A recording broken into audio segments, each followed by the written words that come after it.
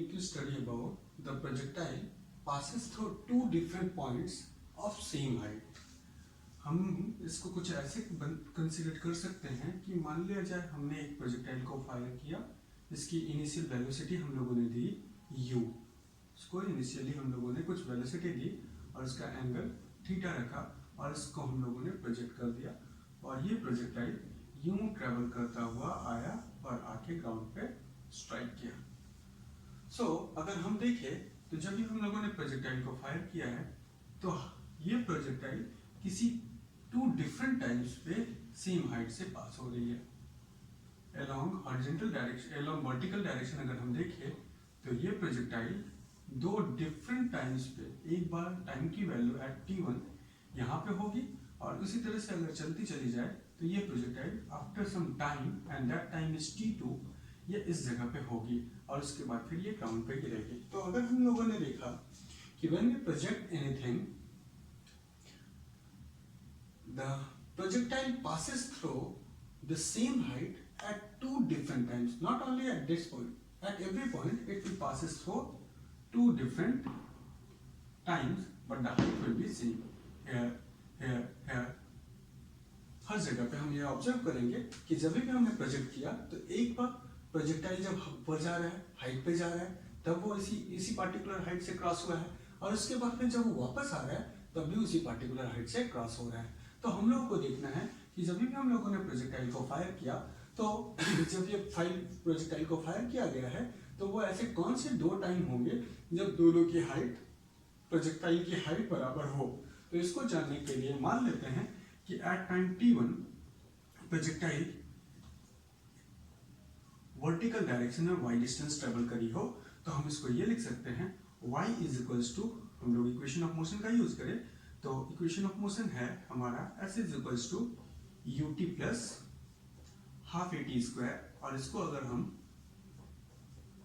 Vertical direction के लिए लगाए तो हम देखेंगे along vertical direction this s is considered to be y, हमने यहाँ पे y रखा और u along vertical direction will be taken as along vertical direction is u sin theta and the time at this point will be t1 minus acceleration will be taken as g by 2 t1 square when the particle at point A.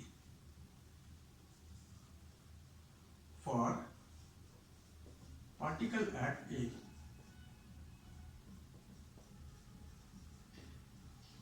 तो उसके लिए हम लोगों ने ये equation लिखा कि y is equals to u sin theta t1 minus half g t1 square. Let हमने कंसिडर किया कि यहाँ तक प्रोजेक्टाइल को पहुंचने में जो टाइम लगा है वो t1 है। सिमिलरली अगर प्रोजेक्टाइल फिर से b पॉइंट पे पहुंच रहा है तो उसके लिए हमारे पास इक्वेशन होगा y is equals to u sin theta and the time will be t2 minus g by 2 t2 square and this is for particle at point B पे, जब B पॉइंट पे पहुंचा हो पार्टिकल तब। सो अगर हम देखें तो when particle reaches point A the height will be y, when the particle reaches at B the height will be y from the ground. So this equation number 1 and this equation number 2 the height will be same, जिसको हम लोगों ने यहाँ कहा है same height के लिए। तो अगर हम यहाँ पे पुट करें तो this equation will equals to this equation, जिसकी जगह पे हम लिख सकते हैं ऐसा कुछ कि equating equation 1 with 2 equating equation 1 by 2 we get u sin theta t1 minus g by 2 t1 square will equals to u sin theta t2 minus g by 2 tt square. Y will equals y, then this will equals this. We write there. Equation number 1 का left side, equation number 2 का left side equal है तो right side भी equal होगा, जिसके basis पे हम लोगों ने ये लिखा।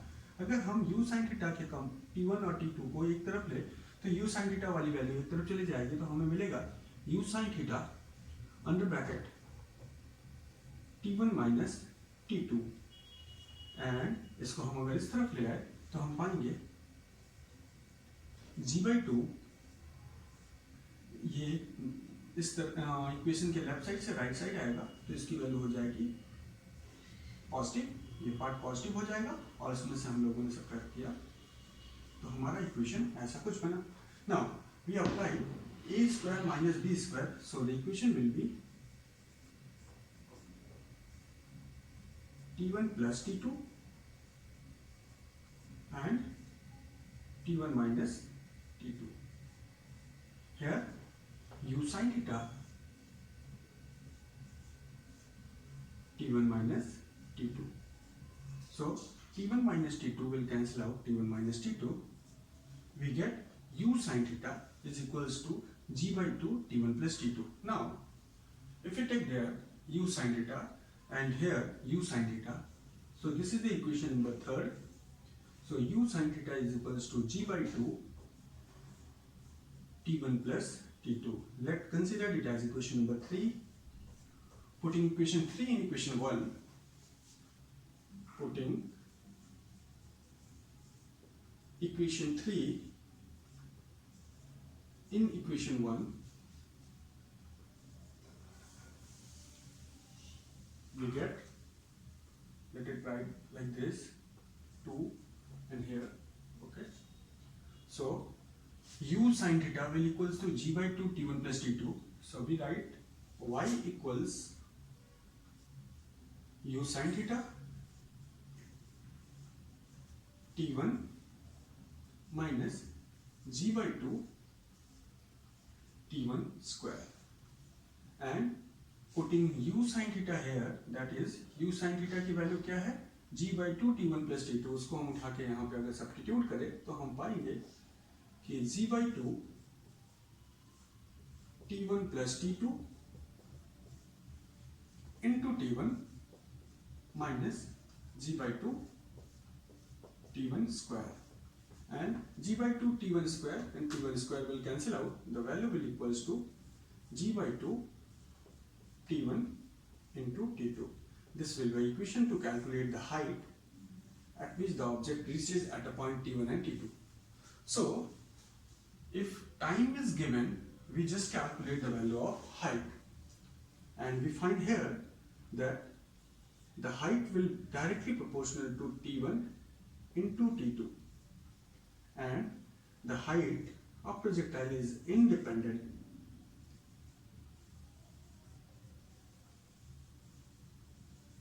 on angle of projection.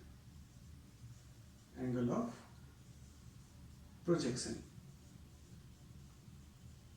So हम वर्टिकली प्रोजेक्ट करें या किसी एंगल से प्रोजेक्ट करें, हमारे हाइट का फॉर्मूला क्या मिला, g/2 t1 plus t2. और वो अगर हमें t1 और t2 टाइम मालूम हो किस टाइम में पार्टिकल दो अलग अलग पॉइंट पे पहुंच रहा है, तो हम हाइट को कैलकुलेट कर सकते हैं. ओके, तो हम हाइट को निकालना हो तो हम इस फॉर्मूले को यूज कर सकते हैं. अब हम देखेंगे इस फॉर्मूले का यूज करके t1 और t2 गिवन हो तो हम हाइट को निकाल सकते हैं. अब हम ये देखेंगे कि अगर हमें t1 और t2 ना मालूम हो तो उस t1 और t2 को कैसे कैलकुलेट करते हैं. ठीक है, वो कौन सा टाइम होगा जिस टाइम में पार्टिकल हमारा इक्वल हाइट पे पहुंचेगा, तो इसको जानते हैं. देखो t1 और t2 हमें कैलकुलेट करना हो किसी पर्टिकुलर वैल्यू ऑफ हाइट. अगर इस क्वेश्चन में भी हम लोगों ने देखा कि अगर हमें हाइट निकालना हो तो हाइट को कैलकुलेट करने के लिए हमें जो वैल्यू चाहिए वो चाहिए g/2 t1 into t2.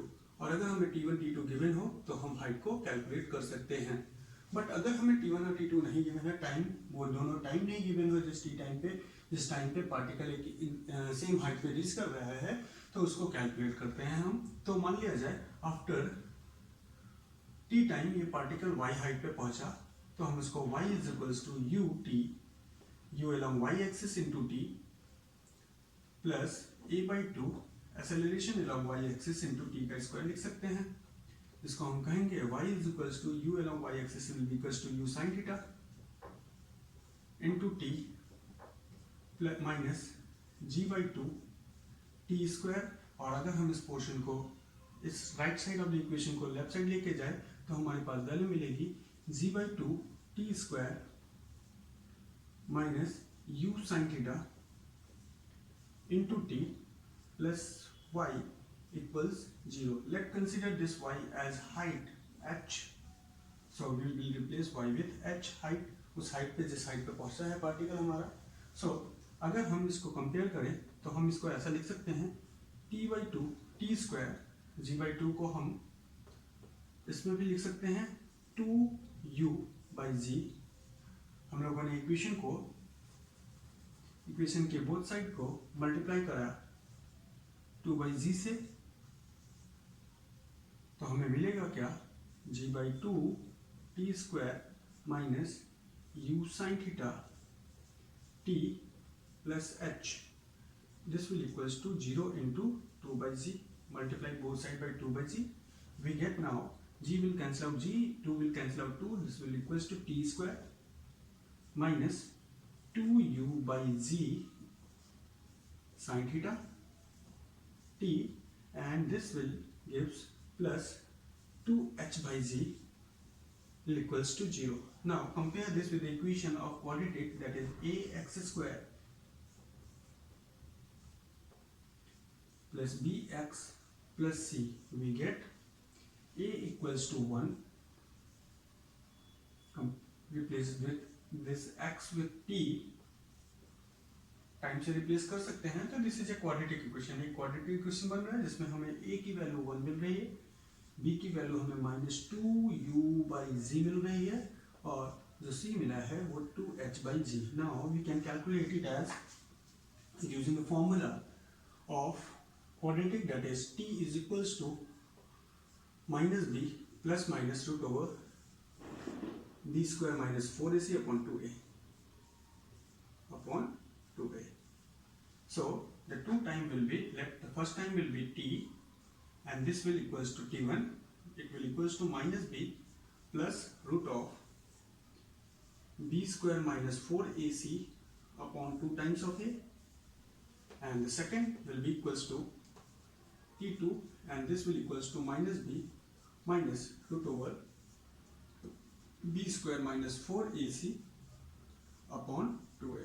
And if you put the value a, b and c here, we get the value of time, and the time will be, by calculating we get the value u sin theta by g plus 1 root over 1 minus root 2gh upon u sin theta whole square, and the other time will be t2 will be u sin theta upon g under bracket 1 minus root of 1 minus 2gh upon u sin theta whole square in root. These are the two times, so achieve same height. Now we need to find about the motion of projectile observed by another projectile. Let हम कुछ ऐसा कहें कि हमने एक object को project किया. Let us consider the first ball A हम लेते हैं, और उस बॉल को हम initial velocity u1, initial velocity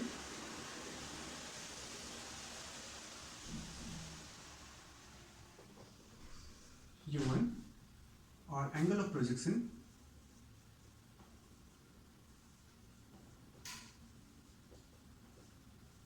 θ1 से प्रोजेक्ट करते हैं, और ये पार्टिकल, ये बॉल आके इस जगह पे ग्राउंड पे स्ट्राइक करता है. कितना एंगल, θ1. किस वेलोसिटी से भेजा है हम लोगों ने इसे, u1 वेलोसिटी से भेजा है पहले बॉल को. After T time let consider करें कि ये बॉल इस लोकेशन पे पहुंचा है, such that it will travel some distance along X axis. So along X axis it will travel x, and along y axis it will travel y. Now हमने दूसरे ball को फेंका, प्रोजेक्ट किया, and ball B, जिसके projection को अगर हम कहें कि उसको इनिशियल वेलोसिटी हम लोगों ने दी है, और वो इनिशियल वेलोसिटी हम लोग कंसीडर कर ले u2, और एंगल ऑफ प्रोजेक्शन को हम लोग अगर कह ले, उसका एंगल ऑफ प्रोजेक्शन हम लोगों ने जो दिया है, that angle of projection is θ2. तो हमने दूसरे बॉल को प्रोजेक्ट किया, और वो बॉल कुछ ऐसा प्रोजेक्शन किया हम लोगों ने, इस तरीके से प्रोजेक्ट किया, और वो आके हमारे ग्राउंड पे यहाँ पे गिरता है, और वो after T time with initial velocity u2 हम लोगों ने भेजा, कीपिंग एन एंगल θ2, और ये particle after T time, let हम कहते हैं यहाँ पे पहुंचा है. सो इसकी पोजीशन x1 y1 और इसकी position after that T time will B x2 y2. ये है. सो अगर हम देखें कि एक प्रोजेक्शन को दूसरे प्रोजेक्शन के रिस्पेक्ट में अगर हम जानना चाहे तो हम यहाँ पे कैलकुलेट कर सकते हैं कि along horizontal direction ball A जो डिस्टेंस ट्रेवल करेगा that distance will equals to u cos theta into जो टाइम लगा t. दैट टी टाइम के बाद ये बॉल यहाँ पहुंचा हुआ था और अलोंग हॉरिजॉन्टल डायरेक्शन हम लोगों को मालूम है कि जो वेलोसिटी होती है वो यूनिफॉर्म होती है. तो u cos थीटा अगर इसकी इनिशियल वेलोसिटी थी तो उसी इनिशियल वेलोसिटी से ये प्रोजेक्ट किया गया है. आफ्टर टी टाइम ये x1 डिस्टेंस ट्रेवल किया and that x1 distance is equals to u1 cos theta 1 into t. y axis पे भी प्रोजेक्शन हुआ है एंड दैट y एक्सिस का प्रोजेक्शन जो है वो हम कंसीडर कर सकते हैं इसको कि अलोंग वर्टिकल डायरेक्शन ये नॉन यूनिफॉर्म मोशन चल रहा है. So y is equals to ut that is u1 sin theta 1 t minus half gt square.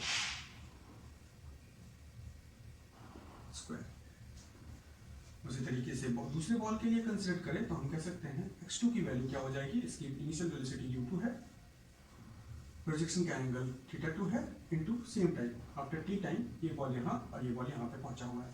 सो इसके रिस्पेक्ट में इसकी कोई ना कोई पोजीशन होगी, उसी को स्टडी करने की कोशिश कर रहे हैं हम लोग. Projection of vertical motion of projectile observe by another projectile और उसकी y2 की वैल्यू अगर हम कैलकुलेट करें तो सिंपली u sin थीटा 2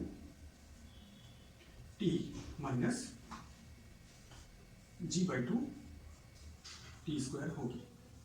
अब अगर हम फर्स्ट बॉडी का x कंपोनेंट को देखें और सेकेंड बॉडी के x कंपोनेंट को देखें तो हम रिलेटिव पोजीशन अलोंग x अगर निकालना चाहें तो हम कहेंगे relative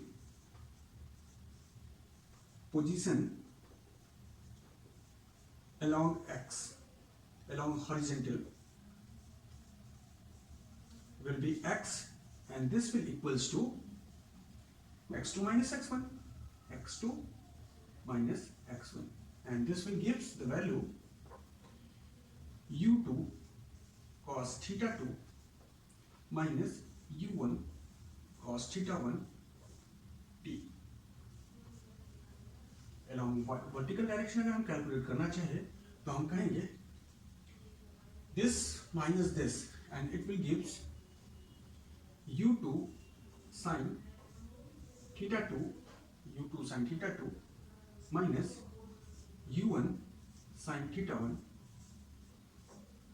into t because this will cancel out this.